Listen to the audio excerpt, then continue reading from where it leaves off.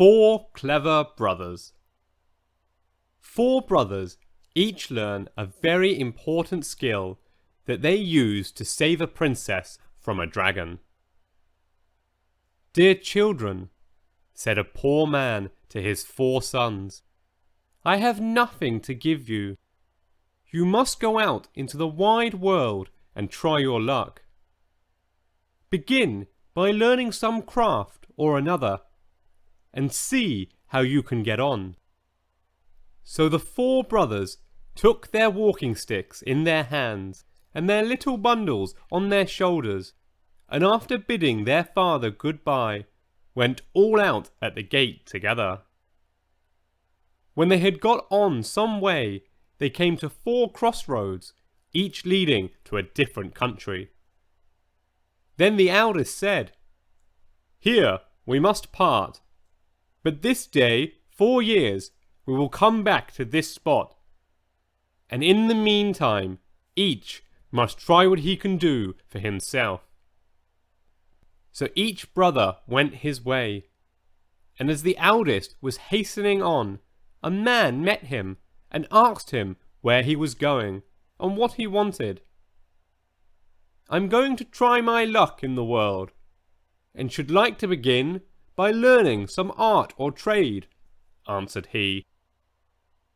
"Then," said the man, "go with me, and I will teach you to become the cunningest thief that ever was." "No," said the other, "that is not an honest calling. And what can one look to earn by it in the end but the gallows?" "Oh," said the man, "you need not fear the gallows, for I will only teach you to steal what will be fair game. I meddle with nothing but what no one else can get or care anything about, and where no one can find you out." So the young man agreed to follow his trade, and he soon showed himself so clever that nothing could escape him that he had once set his mind upon. The second brother also met a man, who, when he found out what he was setting out upon, asked him what craft he meant to follow. "I do not know yet," said he. "Then come with me and be a stargazer. It is a noble art, for nothing can be hidden from you when once you understand the stars." The plan pleased him much, and he soon became such a skillful stargazer that when he had served out his time and wanted to leave his master, he gave him a glass and said, "With this you can see all that is passing in the sky and on earth, and nothing can be hidden from you." The third brother met a huntsman, who took him with him and taught him so well all that belonged to hunting, that he became very clever in the craft of the woods. And when he left his master, he gave him a bow, and said, "Whatever you shoot at with this bow, you will sure to hit." The youngest brother, likewise, met a man, who asked him what he wished to do. "Would not you like," said he, "to be a tailor?" "Oh no," said the young man, "sitting cross-legged from morning to night, working backwards and forwards with a needle and goose, will never suit me." "Oh," answered the man, "that is not my sort of tailoring. Come with me, and you will learn quite another kind of craft from that." Not knowing what better to do, he came into the plan, and learnt tailoring from the beginning. And when he left his master, he gave him a needle, and said, "You can sew anything with this, be it as soft as an egg or as hard as steel, and the joint will be so fine that no seam will be seen." After the space of 4 years, at the time agreed upon, the four brothers met at the four crossroads, and having welcomed each other, set off towards their father's home, where they told him all that had happened to them, and how each had learned some craft.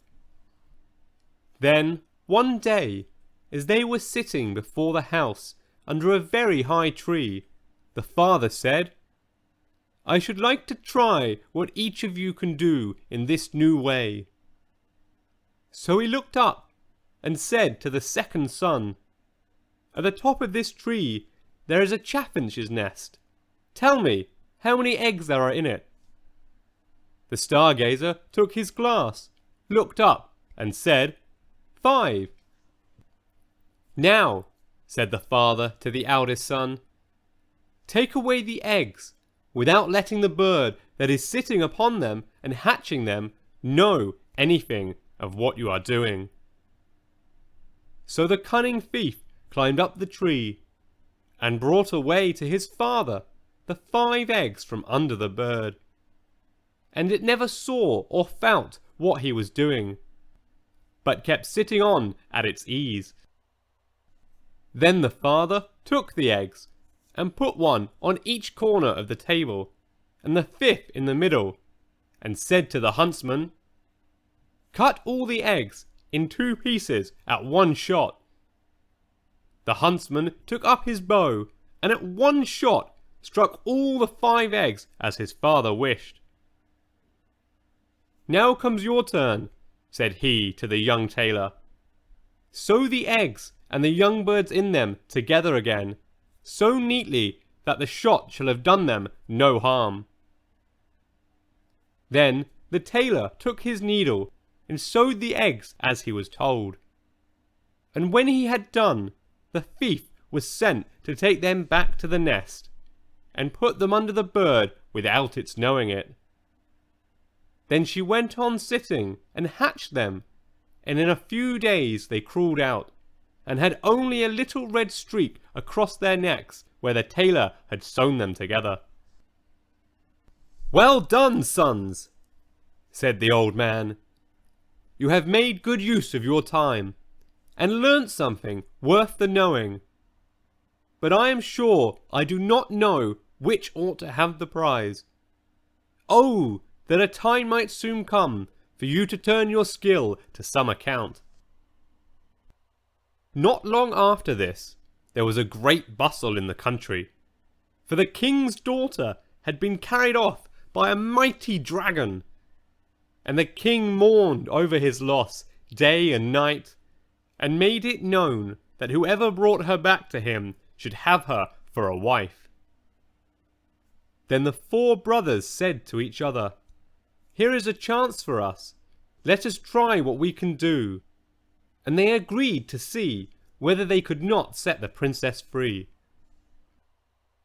"I will soon find out where she is, however," said the stargazer, as he looked through his glass, and he soon cried out, "I see her afar off, sitting upon a rock in the sea, and I can spy the dragon close by, guarding her." Then he went to the king and asked for a ship for himself and his brothers, and they sailed together over the sea till they came to the right place. There they found the princess sitting, as the stargazer had said, on the rock, and the dragon was lying asleep, with his head upon her lap. "I dare not shoot at him," said the huntsman, "for I should kill the beautiful young lady also."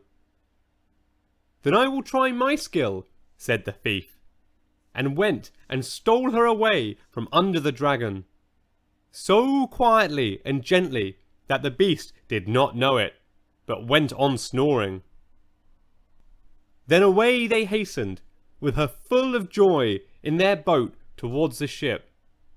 But soon came the dragon roaring behind them through the air, for he awoke and missed the princess. But when he got over the boat and wanted to pounce upon them and carry off the princess, the huntsman took up his bow and shot him straight through the heart, so that he fell down dead. They were still not safe, for he was such a great beast that in his fall he overset the boat, and they had to swim in the open sea upon a few planks. So the tailor took his needle, and with a few large stitches put some of the planks together. And he sat down upon these, and sailed about, and gathered up all pieces of the boat, and then tacked them together so quickly that the boat was soon ready. And they then reached the ship, and got home safe. When they had brought home the princess to her father, there was great rejoicing. And he said to the 4 brothers, "One of you shall marry her, but you must settle amongst yourselves which it is to be." Then there arose a quarrel between them, and the Stargazer said, "If I had not found the princess out, all your skill would have been of no use. Therefore she ought to be mine."